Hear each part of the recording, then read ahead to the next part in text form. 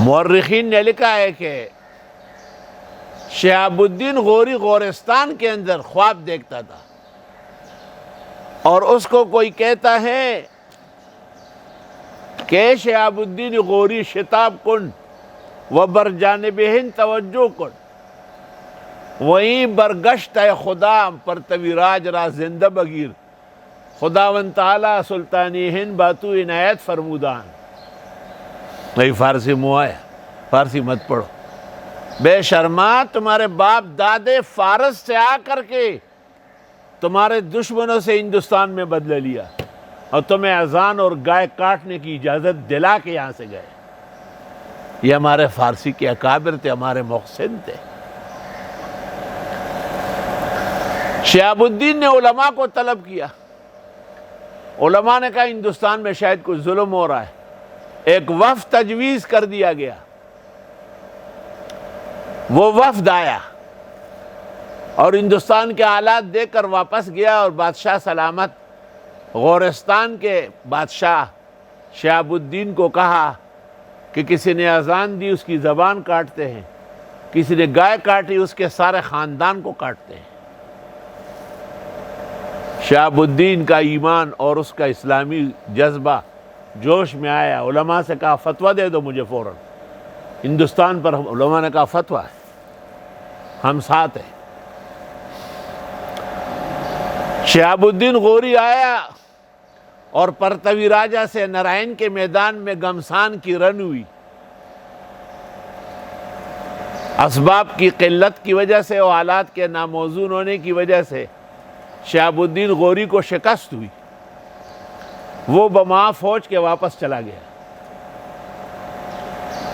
پشاور سے اوپر جنگل کے اندر مغرب کی اذان ہو رہی ہے۔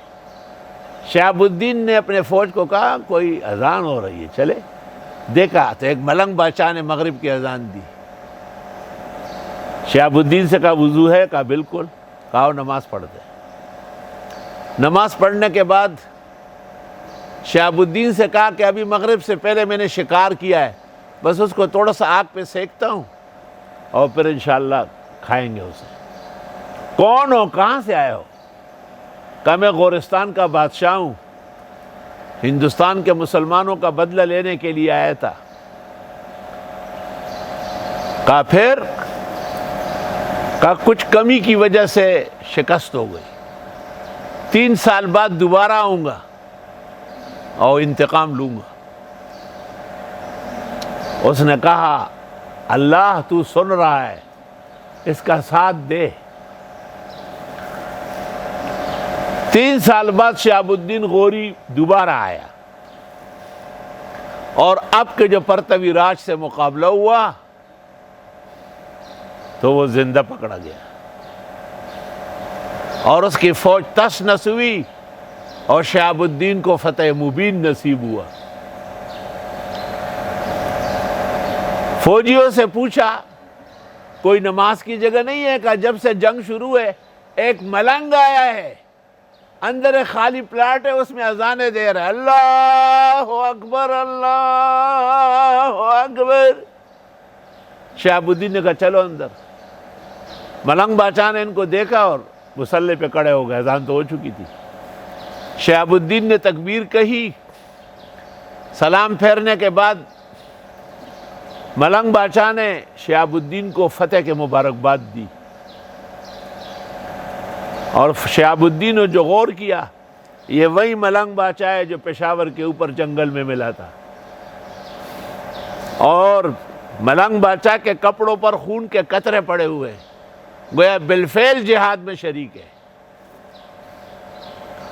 اور اس بزرگ اور ملنگ کا نام ہے سلطان الہند اور ولی الہند، خواجہ خواجگاں معین الہند معین الدین چشتی رحمت اللہ علیہ۔ کہتے ہیں یہ پیروں کو نہیں مانتے، وہ پیروں کو مانتا ہوں، شاپ کیپروں کو نہیں مانتا ہوں۔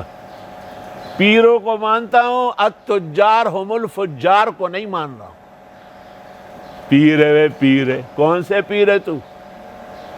نیست حجت قول و فعل و ہے چپیر، قول اللہ فعل احمد راہ بگیر، نکل کر خانقاہوں سے ادا کر رسم شبیری، کہ رسم خانقاہی ہے فقط اندوہ دلگیری۔ الحمدللہ۔ شہاب الدین نے حضرت صاحب سے کہا کہ دلی کا کیا کروں، دلی جب تک کنٹرول نہ ہو ہندوستان کنٹرول نہیں ہوگا۔ آپ نے کہا یہ میرا خلیفہ ہے قطب الدین ایبک، اس کو بادشاہ دلی بناؤ، پورے ہندوستان کے چپے چپے میں پتہ نہیں گرے گا، اللہ تعالیٰ آپ کی مدد کرے گا۔ علماء کہتے ہیں 42 سال قطب الدین ایبک دلی کا بادشاہ رہا اور ایک جگہ ظلم نہیں ہوا، نہ قتل ہوا، نہ حق، نہ چوری ڈکیتی ہو گئی۔ بزرگان دین یہ ہے جنہوں نے بادشاہان کو سیدھا کیا ہے اور ان کو چلنے دیا ہے۔